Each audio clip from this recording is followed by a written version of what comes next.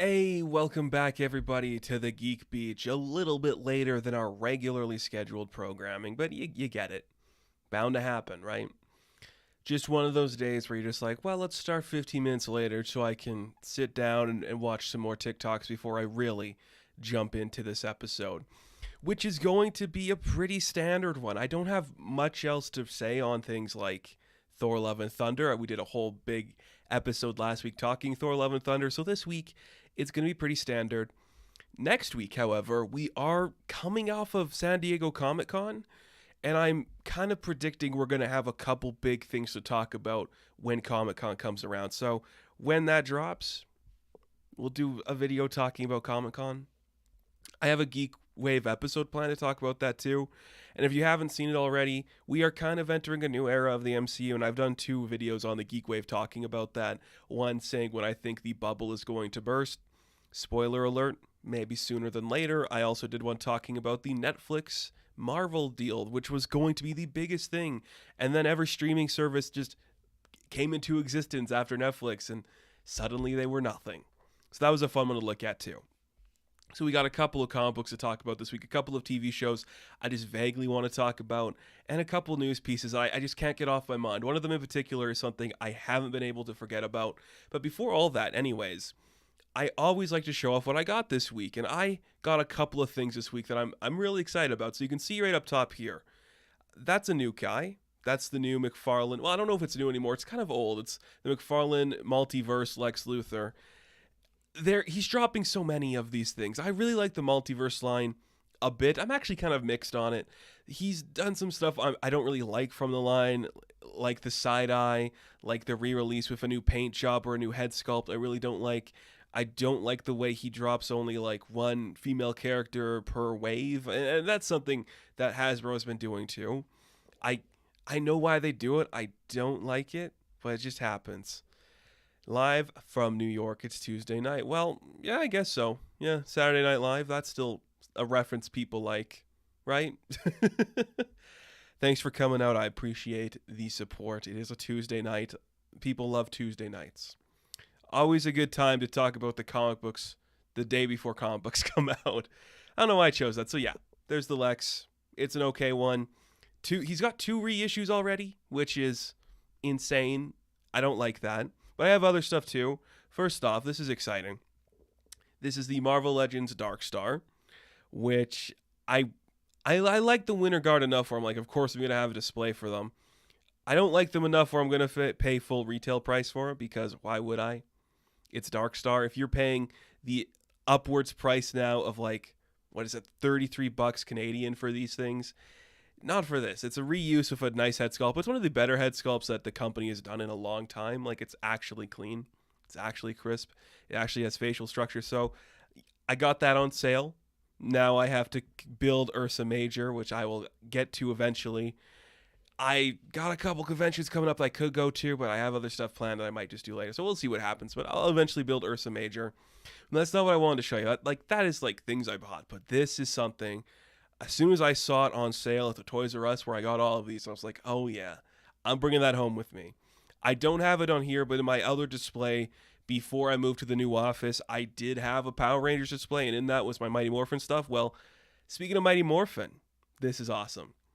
I was so excited when they announced this guy was coming. I had to buy it, and I got it on sale. Parantis head. I vaguely know the Mighty Morphin characters. Again, I was a Dino Thunder kid. But it's a giant fish piranha guy with fish nunchucks. How could I say no to that? It's brilliant. And, they got the King Sphinx and the pumpkin guy out, and they got the eyeball one. I am a guy who likes surfing culture in California, and anything related to aquatic creatures is right up in my wheelhouse. Gotta get the Parantis head. I love it. Is the paint shitty? Yeah, it is shitty. That sucks, but it still looks good. It's a nice sculpt. If they reissue this with better paint, I think a lot more people will be supportive of it. But like one of those things too, it's like the paint stops on the back of the figure for some of it. That's really lazy, but I'll let it slide because it's Power Rangers and I got it on sale, so I don't really care how the paint looks. But Parantis head, I love this thing. The articulation is pretty good for what you do with this sculpt. If it just looked a little better in the paint department, I would tell everybody to run out and go buy it. But it's pretty nice so far. So that's kind of cool. Those are the things I bought. Other stuff always on the way. Of course, we got a couple of big reveals coming next week too, and I think I might talk more about toys next week when we do the San Diego stuff. All those classic guys who you've seen on YouTube who talk about toys are going out to actually like talk to the creators and the companies, which is going to be exciting to see. That I think more than anything else at San Diego this year, that's what's exciting me, is these big reveals that we're going to see from Hasbro and NECA and Mattel. I guess they got some stuff going out there, and McFarlane and Mezco and maybe Funko, I guess, but I love all of that, so that's going to be exciting for me. But we also have a couple of news pieces to talk about. Now, I've talked about some of these pretty extensively already, but I just can't get it out of my system. I can't shake this out of my system for some reason. You've seen the thumbnail on YouTube. It's got Lily Munster in there because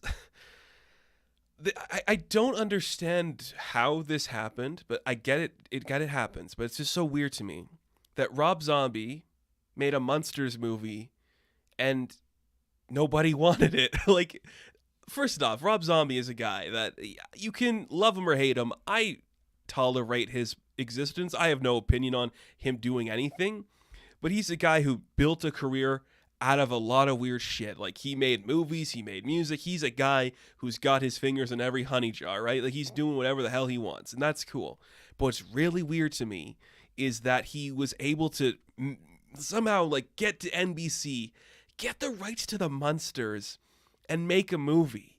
Because first off, who wants a Munsters story in 2022? I don't know anybody that does. Is it cool to maybe reboot that? Sure. Is this the way to do it? Probably not. Second off, why would you give it to Rob Zombie? Of course he is clearly somebody who's inspired by that story and that like idea and those kind of like just set pieces and that creepy aesthetic. I get that, but this is a flagship, I say loosely. It's a flagship title, essentially. You're going to give it to Rob Zombie, NBC? That's weird. So the trailer came out for this thing. And look, I am an advocate of Sharknado. You guys know I love Elvira. I love campy, schlucky stuff that doesn't take itself seriously and doesn't have to look the most expensive. That is my wheelhouse. I adore that. I don't know what is going on with this Munsters trailer, but it missed the tone completely. I think it's the sound effects, and I think it's the lighting. The lighting is really abysmal. It's so flat and basic and just nothing.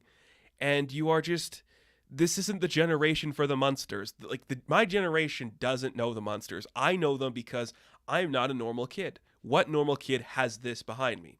I say kid, I'm in my 20s. You know what I mean? No young person is like, I can't wait to see the origin of how Herman and Lily Munster got together. No kid is interested in that. Nobody is interested in that except for Rob Zombie. And they gave him money to do that. Why? I don't know. I can't wrap my head around that idea that somebody said to Rob Zombie, you got the green light for your Munsters thing. It's so bizarre to me. And the trailer comes out. It is campy. It is silly. It is, I guess, Munsters by name. Like, the humor, it doesn't seem as sharp as Munsters. I'm not saying Munsters are like a brilliant satire of like the American sitcom. But the classic Munsters show, it seems smarter than this trailer is giving it to be. And maybe that's because you can't get a top tier cast. Like, who the hell is going to work on the Munsters thing? So you cast your wife. She's whatever. I have no opinion on her whatsoever. But okay. It's so weird to me. It's just so weird to me. In the trailer, it did not bode confidence. And here's the other part I really like about this. It was originally going to go to Peacock because that's NBC's streaming service. They saw this is all hearsay and rumors and whatever, but this is probably part of the story. Whoever was the producer that greenlit this was hesitant from the beginning. They released the trailer. Rob Zombie is so happy he made this thing.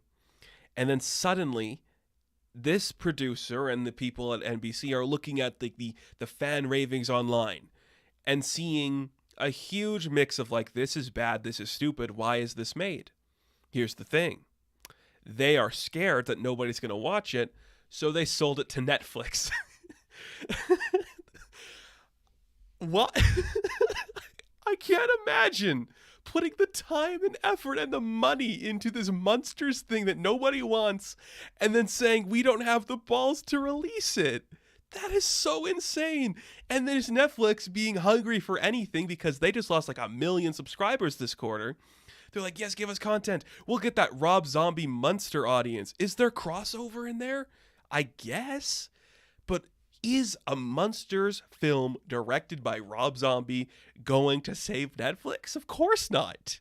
It's just so funny to me that Peacock, the worst of the streaming services, didn't have the balls to release this, and the top dog streaming service Netflix said, we'll scoop it up and take it from you at a reasonable price. I love this story because it's so stupid, and it just goes to show you, you can really make anything you want, and then somebody will release it on one of their shitty streaming services. I don't understand this. But I'll talk about it when it comes out. I might go back and watch some Munsters just to compare the two. I might talk more about Lily Munster in a future video where I talk about that aesthetic in culture, but we'll get to that later. As it stands, why was this made? I don't know, but it's intriguing. It's definitely an idea that Rob Zombie had, and now he got to do it. So props to you, Rob Zombie. Props to everybody involved in this Munsters thing. You made the most fascinating piece of garbage that I think everybody is super excited to see. That's cool. Good for you. I love it.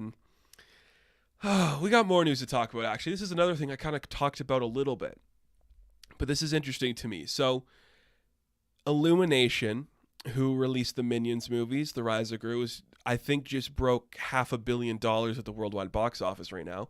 That is probably going to go up because there's not a lot of children animated things coming out lately, and Legend of Hank is a dump that they just had to put out.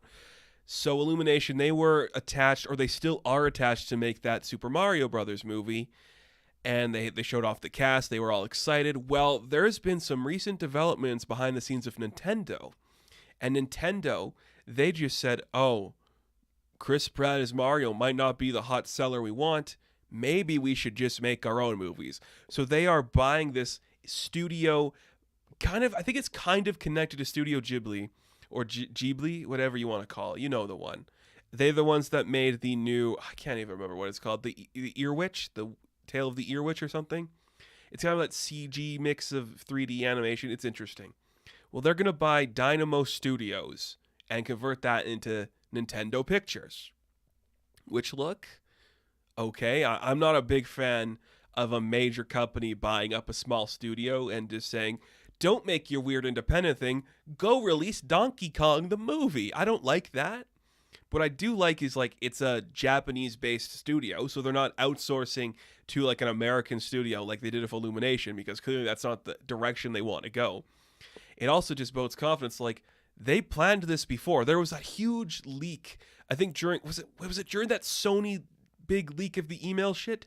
There was a huge leak before where they were actively developing a Legend of Zelda TV series on Netflix. They were going to do that weird stop motion Fantastic Mr. Fox thing for Star Fox. They were going to do this before. Nintendo has pretty much been waiting for the jump to get there. I think with the overall success of Detective Pikachu and the fan reception to Sonic and Sonic 2, it's the perfect time to do it. And you can do some cool stuff with that. Personally, I think they should do Metroid, because that is a character built in to give you your big sci-fi universe story. They should do that. I love the idea of a Star Fox movie. Star Fox is one of my favorite concepts that has one of my least favorite Nintendo games. I never liked it. I'm not a big fan of just getting in a plane and shooting stuff and driving stuff on land. That doesn't interest me. If they turn that concept, the young hotshot pilot working with this ragtag crew that his father worked with, into a movie, but it's a fox, a bird, a toad, and a rabbit, I'm there opening night. That'd be great. That'd be really cool. And of course, Mario obviously is going to be happening. Legend of Zelda is obviously going to be happening. I know enough of of the Nintendo owned properties, but I think those are the big ones that they work on. A Kirby movie is a no-brainer. That's just a cool little ball, your Baby Yoda shit that you could release and market the hell out of. That one's a no-brainer. I guess there's other ones I just can't. I don't see. I play Smash Bros. That's my main thing with Nintendo, and I know the characters in that, but I don't know which ones are exclusively Nintendo. So I know Bayonetta probably is, but is that a little too graphic for this kind of thing they might be aiming for kids? But a Bayonetta movie, that'd be pretty sick. I still want an Ice Climbers movie. I know they'll never do it, but Ice Climbers would be so cool. Earthbound would be so cool. You could do all these great stories. And I think the time to do it is now because, again, The Last of Us is coming out. They just started production on Fallout, which is interesting. And come on, Nintendo. You have these distinctive characters that everybody can recognize. Make them into movies. Get a new market going there.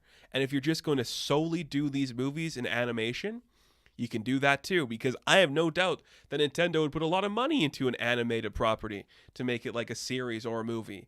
Other studios would just be like, it's animation, who cares? But if it's Nintendo, they'd be like, no, we're not cheaping out on our Mario movie. If this is going to be our Mario movie, we're dumping a lot of shit into it, so we're going to make the Mario movie cool. And then that's going to lead into a bunch of other stuff. It doesn't have to be a cinematic Smash Bros. Universe. It could just be independent stories with these characters. I'd be very curious to see what they would do. If you wanted to do like a shared Mario universe, I could see that happening too. A Luigi's Mansion thing, something with the princesses. You could do the Koopalings. You could do a Donkey Kong story. I still have a really good pitch for a Donkey Kong story that's part The Big Lebowski meets Indiana Jones. I think that's a fun story to play with. I love that a lot. And I've done a few videos talking about this a long time ago. I casted everybody in the Smash Bros. Universe. So if you want to see that video, you could see that. I also did the cinematic Smash Bros. Universe. If you want to see me talk about those in the Geek Wave, I did that episode too. It's coming. This is going to come sooner or later. If that Super Mario movie is still coming out from Illumination, I'll be curious to see what that looks like. But this could be really fun. This could be a step in a really interesting and creative direction for Nintendo that I am genuinely interested in seeing. So that's cool. But I would stop there. But there's honestly a piece of news that I think shook the collective soundwave of pop culture that I haven't stopped thinking about. I've been seeing tweets about it, videos about from the people involved too. They have been putting out information slowly and steadily about this piece of news. It rocked the world. It is probably decades in the making. That's right, folks. Ben Affleck and Jennifer Lopez finally got married. They did. I didn't see this coming. Don't know why. It just wasn't on my cards for 2022. You know, if I had a bingo list, it wasn't that. But cool. That's fun. I loved seeing those videos. It's a dress that J-Lo had for a while. She's like, yeah, I'll just wear this one. They go to Vegas to get married. I really like the video that Ben Affleck put out where he's just like, this is my wedding changing room. Just so segmented talking with it. I'm like, yeah, that's great. It's literally decades in the making, and I know it's silly to bring it up, but it's just really fun. Like, those two are such a weird part of Hollywood history, like modern history, that it makes sense that this would be a big deal to a lot of people, but cool. She's Jennifer Affleck. She took his name. Like, really? Jennifer Lopez? You are an icon unto yourself, and you're taking the name of Ben Affleck? I love it. So, cool. Congrats to them. That's really exciting. I had to bring it up because that's awesome. It's just awesome. Jennifer Affleck. The second Jennifer Affleck, because let's not forget, he married Jennifer Gardner. And I think she did Gardner Affleck for a bit too. I think it's like, okay, you like your Jennifers, buddy, but cool. Imagine hearing this news and being a person from the early 2000s and you're like, oh, finally. That's great. That's all the news. We saved the best news for last, I know, but we have a couple of shows to talk about. There's no big show, I guess, quote-unquote big shows right now. Ms. Marvel ended. We are still a while away from She-Hulk and Andor, so if those aren't out yet, The Boys just ended in a really good ending. So what are we going to talk about? What We Do in the Shadows, of course, because they had their Season 4 premiere. 4 seasons. They had 4 seasons of this. That is amazing to me because it shouldn't last that long, right? This kind of weird mockumentary style look at the vampire world, it shouldn't last this long, but it did. And it premiered with 2 episodes, and they were really good. It's just a return to form for this show, which I think is what I was kind of expecting but didn't expect. I thought we'd see maybe of the more like, you know, Nadia goes overseas and we deal with that storyline, or we see Andor go over here and deal with that, like going to his home country. But no, it just comes back fresh. The ideas are back in place. The thing that burst out of the chest of Colin Robinson is not Colin Robinson. It is just the thing that burst out of his chest. It's just an adult man on a baby's body. It is hilarious. You see that Guillermo is back in full form, just completely becoming a really cool character. I'm just blown away by how they portray him in this show. Like, he just goes through all of this shit, and they're just so close to... I think the show's going to end with him becoming a vampire, and he's not going to be happy. He's going to be like, what do I do now? You know? But we'll see what happens when we get there. But the main, I guess, premise for this season is that Nadja wants to return to the Vampiric Council, and she's like, I have a great idea for a thing we should do. A vampire nightclub, like in the movie Blade. We'll have blood fountains sprinkling from the ceiling. I'm like, yes. That is so on the nose, and that's like the entirety of this arc so far is like, we're gonna build that. That is what we're gonna do. There's also a really nice side story where Nandor gets a djinn to bring back all 37 of his wives, and he wants to find the one that he was truly in love with. He has 53 wishes or something to that effect, and he's just using them up to keep his wives and then losing them. It's a good story. It is fun, and just expanding that world a little bit more. It's interesting, man.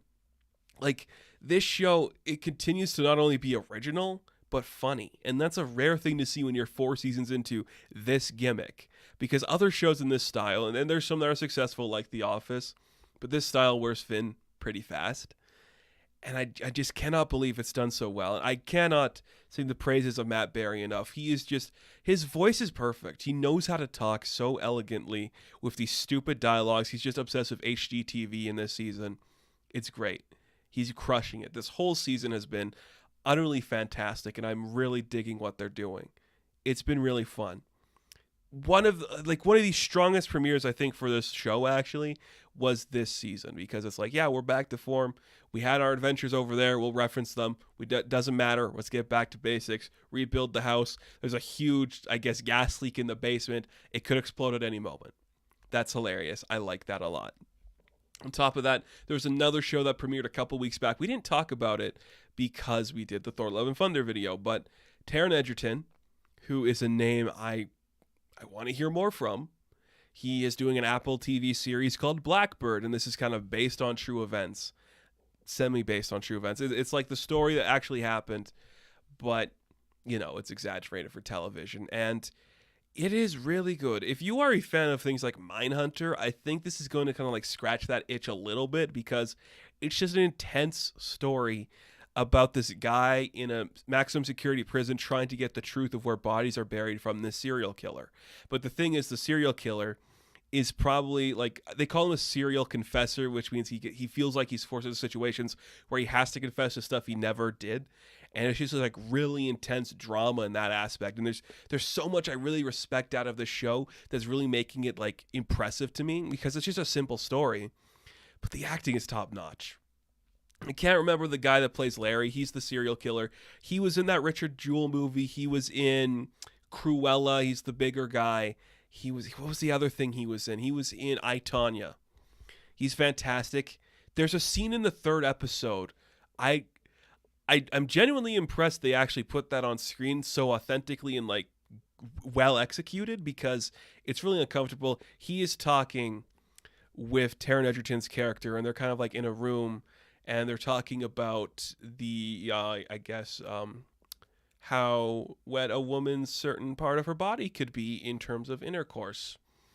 And it is just like this uncomfortable guy who you know is a serial killer talking about what he did to these young girls.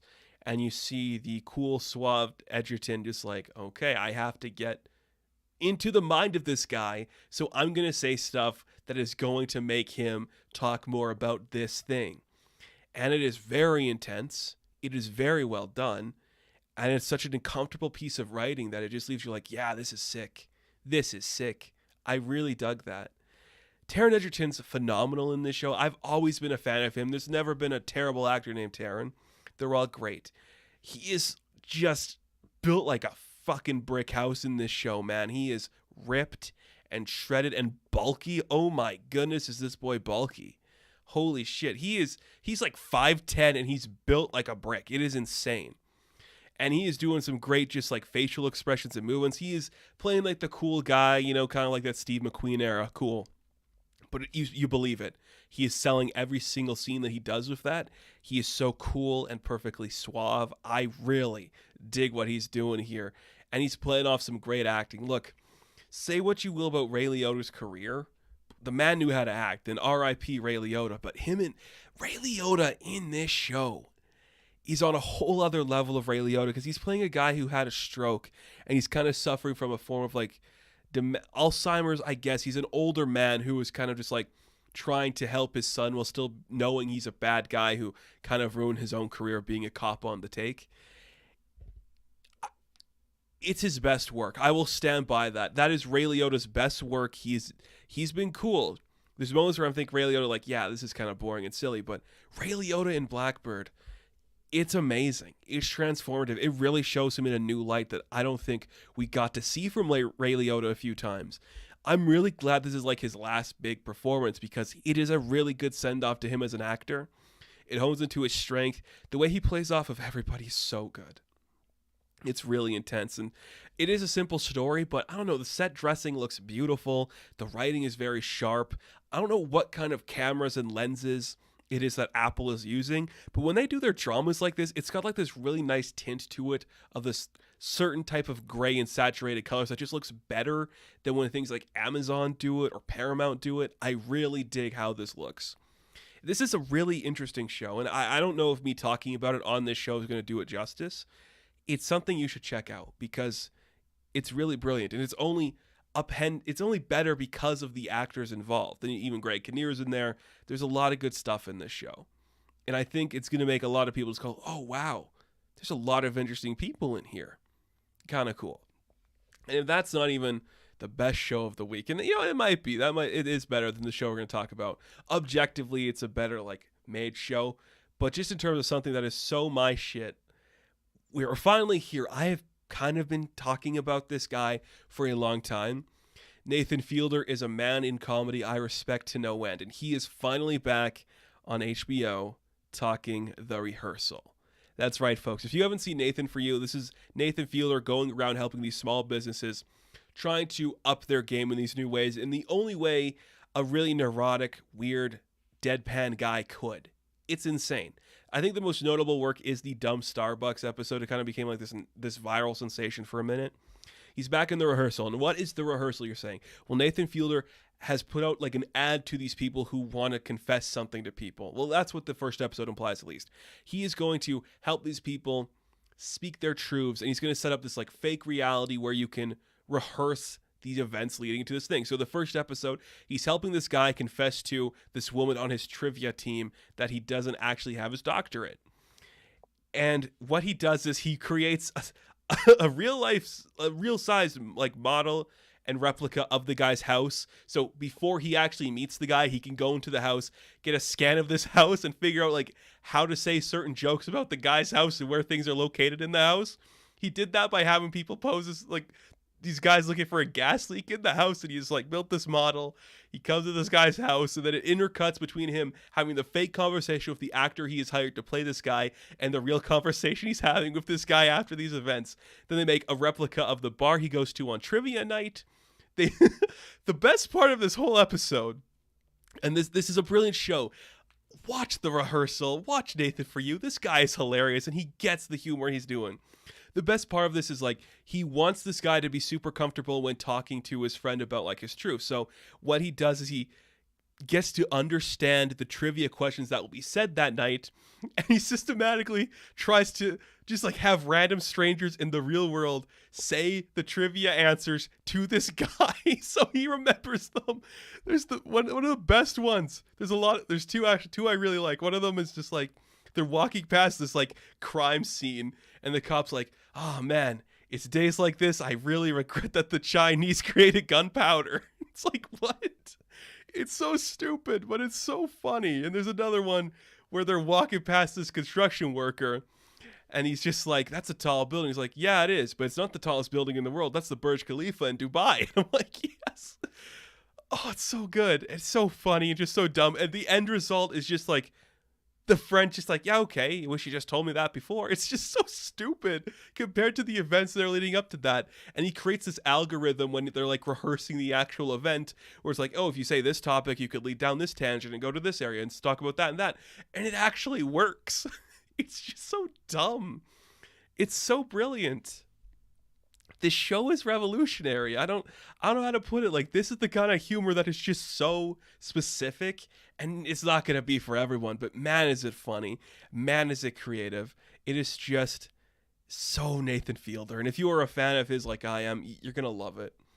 I'm very excited to see where the next couple episodes are going to go, because I think it's going to be creative and original. It's so interesting. Like, just a dumb idea, but it works so well. And that is just this guy. I'm going to do smaller episodes so I can actually build a replica of this guy's house. When I walk through the door, I'll see the door and the door next to it, and I'll be like, hey, Door City. And then when he goes to actually meet the guy, he'll be like, hey, it's Door City. I love, like, why? It's so good. It's so funny. It's so dumb. It's brilliant. It's brilliant comedy. It's amazing.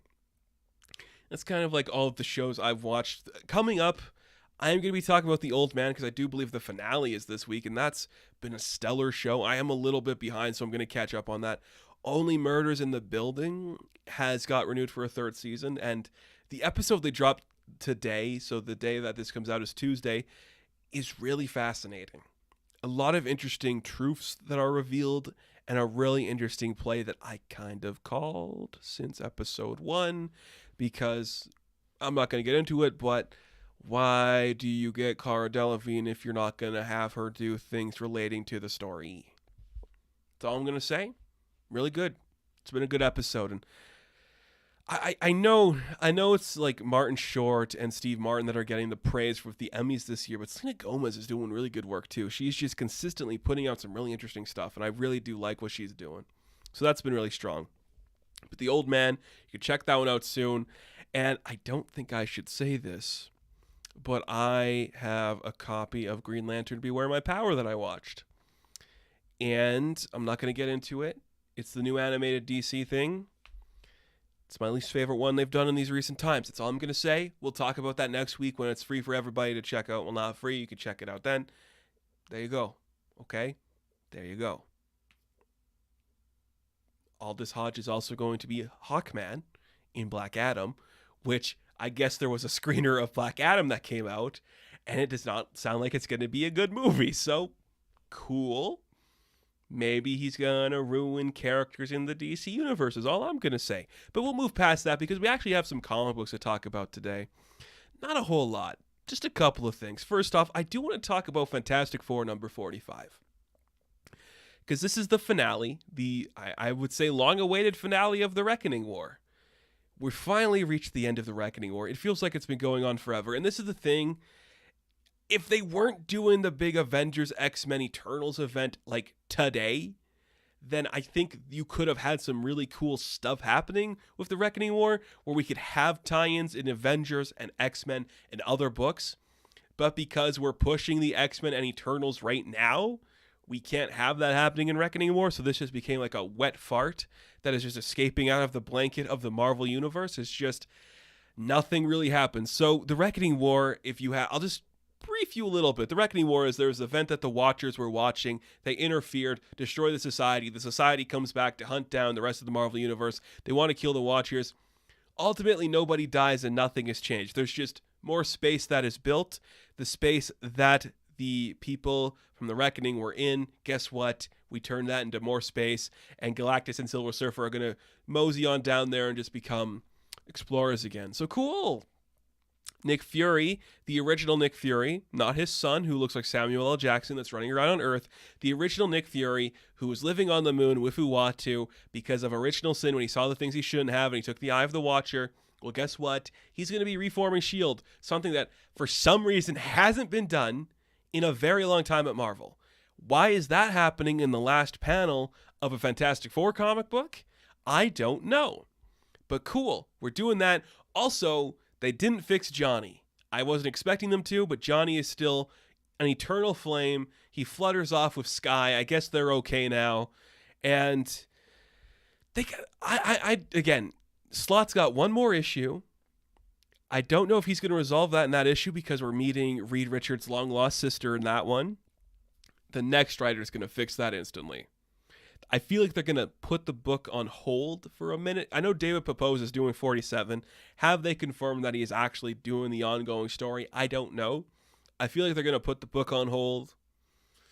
And then closer to the release of the movie or maybe the casting announcement, we're actually going to start doing something good with these characters. And then someone's just be like, why is Johnny always on fire? How is he supposed to kiss people if he's on fire? We can't keep him on fire. He's muted now. It's all back to normal. Everybody's happy. So it's kind of pointless in that aspect. But I admire Dan Slott for trying. You know, I like Dan. I do. I stood by him in the weird Spider-Man times and the good Silver Surfer times. I'll take this ride on Fantastic Four. There's been a lot of stuff he's done that I liked in that book. Reckoning War is a really wet fart to end on, man. I feel bad because he has to go back to Spider-Man now. And I know he loves Spider-Man, and I think that's where he's going to stop. Now, here's the thing, though. I think Dan Slott's going to work until he's dead.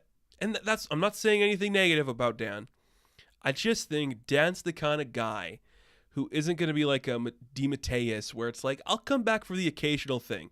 Dan is in his 50s, I believe, maybe late 40s. I think Dan is going to work until he drops. And that's not a bad thing. The only problem I have with Dan doing that is what else could you really touch? I know you're doing Doctor Who, which is really cool, but can you sustain your own audience for that? I don't know. What I do know is he is doing a panel at Comic-Con this year called Why I Did That to Your Favorite Character. Why I Ruined Your Favorite Character. That's cool. That's fun. Get ahead of it, man. People are always going to hate you for Superior Spider-Man, even though it's one of the best things that happened to that character ever. So good job. Like, I like that. Superior Spider-Man is the only Spider-Man comic I read ongoing.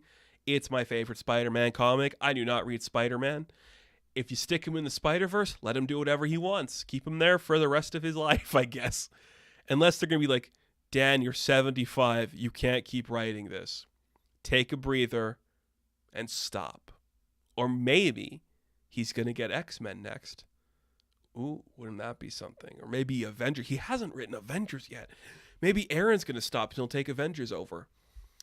Weird stuff. But we have a couple other books here to talk about. Moon Knight number 13 is setting up the new arc of Moon Knight, which is very exciting. It's a war on two fronts. The war in Mark's mind, because in the last issue, we actually saw Steven show up. But now he's going to have a conference with his buddies to be like, yo, Steven, yo, Jake, we got to deal with this shit, right? Because there's a vampire war coming. Essentially, Mark's going to war with the vampires, which is kind of cool. There's one guy named Tudor who is like, nobody turns people into vampires in this city unless it's through me, Baba Booey, you know? He wants to get Taskmaster to go beat up Moon Knight, but Taskmaster's like, are you serious, my dude? The last time I saw Moon Knight, he drove a helicopter through a building to kill me. I'm not doing that again. I'm not dealing with that shit again. And there's great scenes where he describes Moon Knight in two really cool ways. He describes Moon Knight as, a blade that's been sharpened by so many different stones, or by a lot of stones, which is like, yeah, that's cool. He's been a mercenary, a boxer, an Avenger. He is somebody who's been through hell and back. He also describes fighting Moon Knight like a bullet, because Moon Knight is a bullet. It doesn't matter what you are. If you are in his path, he is going to go through you and clean house. He's going to exit you and just break everything inside of your body. Cool. And again, Jed MacKay has written Taskmaster before, so I'm fine with him talking about the character like that. I really dig it. He even goes to Moon Knight and is like, dude, this guy named the Tudor wants to come wreck your shit up. I'm letting you know out of courtesy because I'm scared of you more than I'm scared of him. So whatever happens next, whatever's going on with the vampires, and you see that actually Reese turned Soldier into a vampire, whatever happening's next, bro, not me, okay? He's like, why are you telling me this? He's like, I don't know, dude. I guess because we were the same person once and we had the same ideas, but now you're worse than me, which is probably true. I really like that. This story has been incredible. And I'm impressed it's maintained its course for this long. It has been consistently good and interesting. I'm really impressed by that. Honestly, very cool. Very cool. Good for Moon Knight actually sticking the landing on this. I like that a lot. And we have a couple DC books that came out. So the first one, let's talk about Jurassic League. It came out today. My review will probably come out early morning or late tonight at the time of this live stream. Yeah, okay. Gideon and Warren aren't drawing this one. And it doesn't look great. So Rafa Garaz is doing the art. It's noticeably different and noticeably bad. I don't think it really works for the flow of this book. It might be a little too chaotic. There is a beauty to the chaos of Gideon and Daniel Warren Johnson's work. Like they are just like a perfect team that made that first 2 issues really special. This time around, I like the ideas it's introducing with the Aquaman character Aquanix and Green Torch and Flash Raptor. Those are cool. Like we're finally seeing those characters do something. I really like that. The problem I have is how bad the art is because it doesn't work for the actual story. And we still haven't had the Justice League form yet. And I don't want this to be like the last issue is where the Jurassic League forms, but it feels like that's where we're headed with this. Where it's like, okay, the Green Lantern character, the Flash character, and the Aquaman character, they know what they're doing. They're the silly ones. The Aquanix can summon his friend Matilda, who's a dolphin who's wearing an eye patch, and Reginald, who's this big crab that's taking on a Trososaurus and the Reverse Slash. Like, that's cool. But can we get the Trinity meet up with them now? Can we have those characters meet this Justice League? They all team up? You know what would be really cool? And I don't know if they're going to do it this way. If the Martian Manhunter character was literally just a Martian, like a standard-looking Martian that comes down to prehistoric Earth and is like, oh, I'm going to be a hero like them, so I'm going to become a Stegosaurus, Martian Mansaurus, I guess, or Martian Saurus Hunter, something like that. Martian Stega Hunter or something. You know, I'm coming up with stupid names for something that's not even happening. The Dark Embryo is probably Darkseid. I'm calling it Darksaurus. We'll see what it's actually called when it comes out, but cool. Interesting book. I didn't love it, but I think it could stick the landing if we get back to the good art. So we'll see. Could be good. Also, Wonder Woman 789. My review is out for that now. Melk's making incel men angry. Yep, that's the whole book. It's really interesting. Check it out. We also had this interesting book come out last week from Tom King that's, I guess, connected to Dark Crisis for some reason. It's The World Without the Justice League. It's a Superman book, but John Kent is dressed up as Robin. That's I guess, the gimmick. And it is just, how do I describe this? It's like, I guess, a coming-of-age story and a father accepting he can't control his son anymore. That's the book. And it's cute. I do enjoy it. Like, it looked cool. It was interestingly written where the father's like, you can't intervene on Apocalypse. Like, that is a war. You can't go to war, son.